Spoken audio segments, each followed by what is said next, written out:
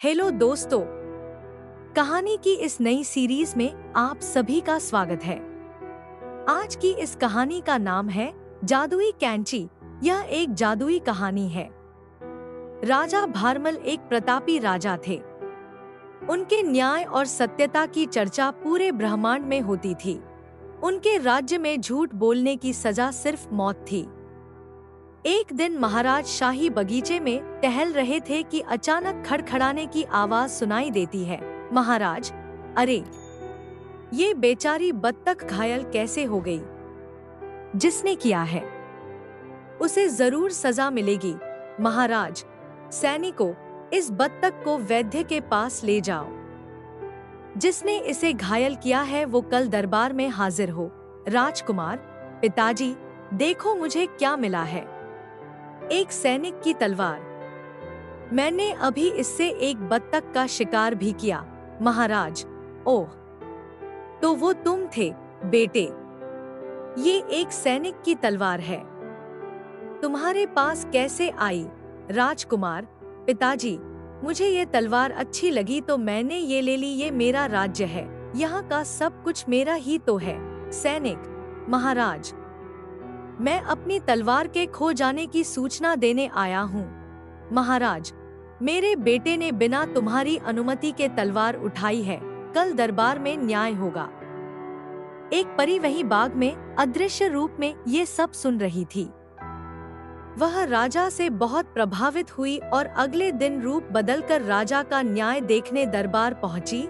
महाराज, क्या तुमने सैनिक के आदेश के बिना उसकी तलवार ली और बत्तख को घायल किया? राजकुमार, जी महाराज, मैं इससे खेलना चाहता था लेकिन ये गलत था। मुझे अनुमति लेनी चाहिए थी। महाराज, तुम्हारी सजा सैनिक तय करेगा क्योंकि तुमने इसकी तलवार चुराई है। ये तुमसे कुछ भी मांग सकता है। सैनिक, राजकुमार हमारे देश के होने वाले महाराज हैं। मैं अपने पुत्र के लिए राजकुमार की पक्की दोस्ती चाहता हूँ। राजकुमार, मैं सजा के लिए तैयार हूँ। आज से आपका पुत्र मेरे साथ राजमहल में रहेगा और मेरे गुरु से शिक्षा प्राप्त करेगा। महाराज, उस बत्तख का न्याय करने के लिए तुम क्या कहना चाहते हो? राजकुमार, राजकुमार, उस बत्तख की देखभाल की पूरी जिम्मेदारी लेता हूँ। आज से वो बत्तख भी मेरे साथ रहेगी। सैनिक राजकुमार को माफ कर देता है और राजा की जय जयकार होने लगती है। परी परीलोक में इसकी सूचना देती है। परी, माना कि राजा बहुत न्यायप्रिय है। उसने अपने बेटे को भी न्याय के लिए दरबार में बुला लिया, लेकिन मैं अपने सौंदर्य के जादू के आगे राजा का न्याय भुला दूंगी। मैंने सुना है पिछले 2 वर्षों से उसकी पत्नी अस्वस्थ है। रानी परी, महाराज एक पत्नीव्रता है। उसे तुम्हारे सौंदर्य से कोई भी फर्क नहीं पड़ेगा। तुम चाहो तो परीक्षा ले सकती हो। परी एक सुंदर लड़की का रूप बन राजा से मिलती है। परी, महाराज, आप बहुत बड़े ज्ञानी और न्यायप्रिय राजा हैं। सुना है अस्वस्थ होने के बावजूद भी आप अपनी रानी को बहुत प्रेम करते हैं। महाराज, बिल्कुल सही सुना है आपने राजकुमारी। मैं अपनी पत्नी को अपनी जान से भी ज्यादा प्रेम करता हूँ। और रही न्यायप्रिय होने की बात, तो कोई भी राजा सजगता से प्रजा को प्यार करेगा तो सदैव सही न्याय करेगा। परी, इच्छा शक्ति और सजगता की क्या जरूरत है महाराज? अगर राजा को कोई जादुई शक्ति मिल जाए तो भी तो वो न्याय कर सकता है। महाराज, जादुई शक्ति नहीं, मैं ये नहीं मानता। न्याय के लिए किसी भी राजा का प्रजा के साथ प्रेमपूर्ण संबंध होना और सच्ची इच्छा शक्ति की जरूरत होती है। परी, सचमुच महाराज आप अपनी बातों पर दृढ़ रहने वाले हैं और किसी भी बात को बिना जाने नहीं मानते। मैं आपसे बहुत प्रभावित हूँ और मैं आपसे विवाह करना चाहती हूँ। महाराज, तुम असीम सुंदरी हो, लेकिन मैं पहले से ही विवाहित हूँ और अपनी पत्नी को बहुत प्रेम करता हूँ। परी, अपनी पत्नी को मृत्युदंड दे दें। आपकी महारानी पिछले कई सालों से अस्वस्थ चल रही है। आपको ऐसी महिला की क्या जरूरत? मेरे जैसी अपूर्व सुंदरी आपसे विवाह करना चाहती है। महाराज, तुम्हारी जुबान कैंची की तरह चलती है, इसे संभालो वरना तुम्हें अपनी जुबान से हाथ धोना पड़ेगा। तुम्हारी इतनी हिम्मत, तुम मुझसे मेरी प्रिय पत्नी की हत्या करने को कहो। महाराज, सैनिकों, पकड़ लो इसे और कैद कर दो। राजा की बात सुनते ही परी गायब हो जाती है। परी, राजन, तुम मेरे रूप से तो नहीं हारे पर हाँ, तुमने मेरी जुबान को कैंची कहा है ना, एक दिन मेरी कैंची से ही सही, मैं तुम्हारी अकड़ को खत्म कर दूंगी। कुछ दिन बाद राजा प्रजा का हाल जानने एक गांव से गुजर रहा था कि किसान की झोपड़ी में जोर जोर से रोने की आवाज आ रही थी। उसने झोपड़ी का दरवाजा खटखटाया। महाराज, अरे भाई, जरा बाहर आओ। तुम्हारे घर से रोने चिल्लाने की आवाज क्यों आ रही है? क्या कष्ट है? मैं तुम्हारे देश का राजा हूँ। ये क्या? तुम्हारे कपड़े जगह जगह से कटे हुए हैं। किसान, महाराज, मैं कल फसल पकने के बाद फसल काटने के लिए खेत में पहुंचा। मैंने सोचा कि काश मुझे कोई ऐसी जादुई चीज मिल जाए जो मेरी फसल को तुरंत काट दे। अचानक ही मेरे हाथों में सुनहरे रंग की कैंची आ गई और कुछ ही मिनटों में फसल कट के खत्म हो गई। तभी वहां पर एक परी आई। फ्लैशबैक। परी, ये जादुई कैंची है।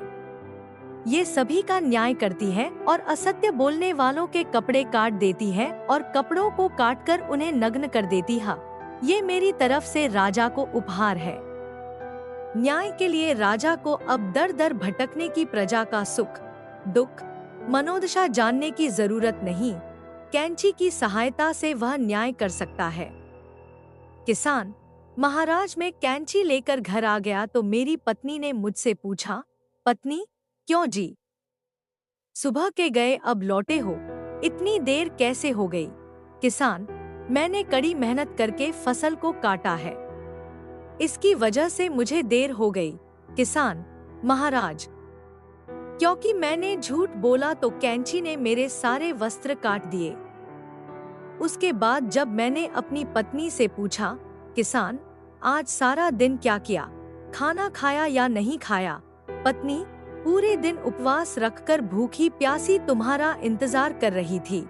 किसान, उसके ऐसा कहते ही कैंची ने उसके कपड़ों को भी काट दिया और हम दोनों को ये समझ में आ गया कि हम दोनों ही एक दूसरे से झूठ बोल रहे थे। इसलिए कैंची ने हमारे सत्य को बाहर निकालने के लिए हमारे वस्त्रों को काट दिया। हम चाहते हैं कि आप इस कैंची को स्वीकार करें।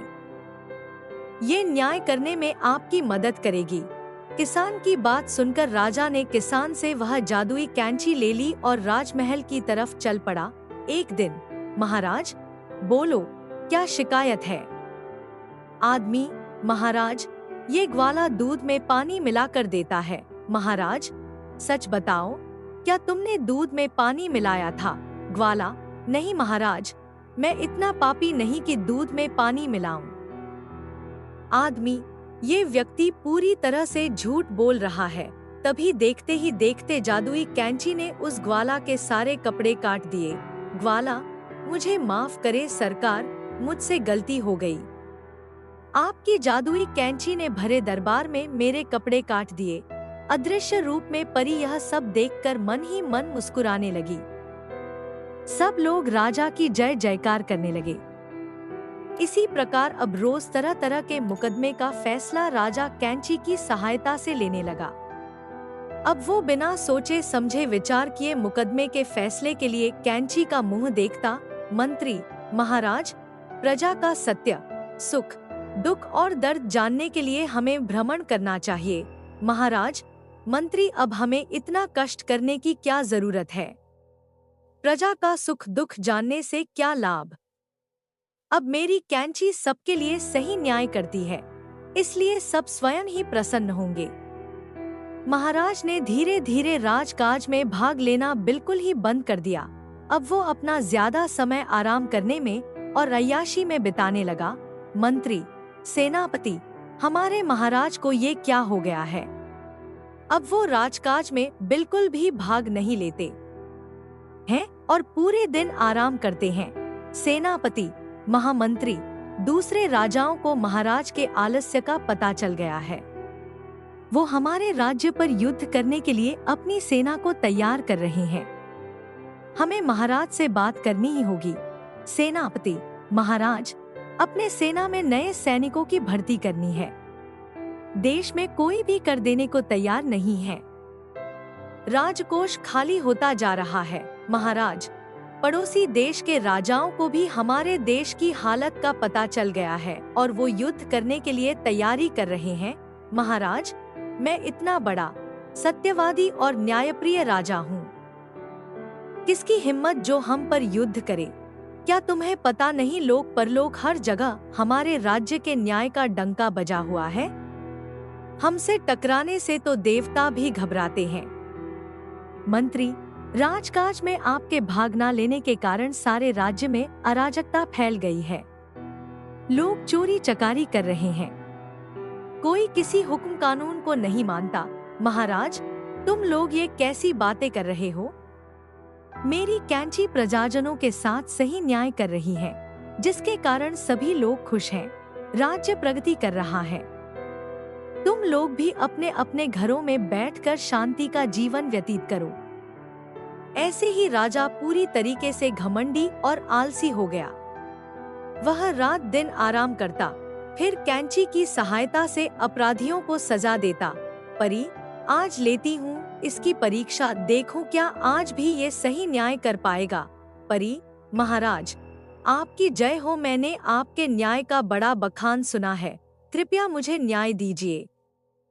आपके राज्य के जंगल में इस राक्षस ने मेरे पंखों को पकड़कर तोड़ने की कोशिश की और यहाँ तक कि मेरी जादुई छड़ी भी छीन ली। महाराज, मन में मुझे न्याय से नहीं, बुद्धि से काम लेना होगा। अगर कैंची ने राक्षस के खिलाफ फैसला दिया तो राक्षस हमें हमारे राज्य के साथ खत्म कर सकता है। अभ्यास न होने के कारण हमारे सैनिक भी आलसी हो गए हैं। महाराज, देखो परी, कल महल से बाहर मैदान में सभी लोगों के बीच तुम्हारा और राक्षस का फैसला होगा। परी, ठीक है राजन, मैं कल मैदान में जरूर उपस्थित हो जाऊंगी। परी, मन में आया बड़ा सत्यवादी, ये राक्षस मेरी ही माया है। अब इसकी सारी सच्चाई सबके सामने आ जाएगी।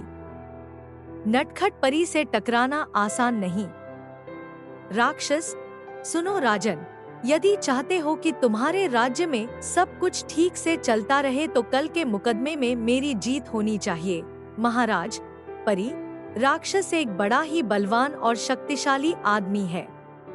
उसे भला तुम्हारे पंखों से क्या काम, और वो तो हर काम अपनी शक्ति से खुद ही कर सकता है, तो भला वो तुम्हारी जादुई छड़ी लेकर क्या करेगा?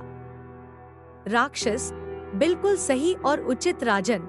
महाराज, मेरा फैसला ये है कि राक्षस एक सच्चा व्यक्ति है और उसने किसी प्रकार का कोई अपराध नहीं किया। परी, ये अन्याय है, तुम्हें इसका दंड जरूर मिलेगा। परी, मन में मुस्कुराते हुए, मेरी कैंची तेरा न्याय कैसे करती है? महाराज, बचाओ बचाओ, सेनापति रक्षा करो हमारी। परी, राजन, ये कैंची कभी नहीं रुकेगी। तुम्हें अपने आलस और नासमझी का फल जरूर मिलेगा। ये कैंची मेरी ही माया है। आज के बाद आप या इस गांव का कोई भी इंसान पूरे कपड़े नहीं पहन पाएगा। महाराज, मुझसे बड़ी गलती हो गई, मुझे माफ करो। मुझे अपनी बुद्धि से न्याय करना चाहिए था। मेरी प्रजा को बचा लो। राक्षस, महाराज, मैं भी परी माँ की ही माया हूँ। परी माँ आपके सच और शक्ति की परीक्षा लेना चाहती थी। परी, ठीक है, लेकिन आज के बाद तुमने अगर कभी किसी के साथ गलत किया तो देख लेना, उसका दंड मैं स्वयं तुमको दूंगी। परी ने अपनी जादुई छड़ी से राक्षस को राजा के राज्य में बहुत दूर भेज दिया और कैंची को लेकर हमेशा के लिए परीलोक वापस चली गई।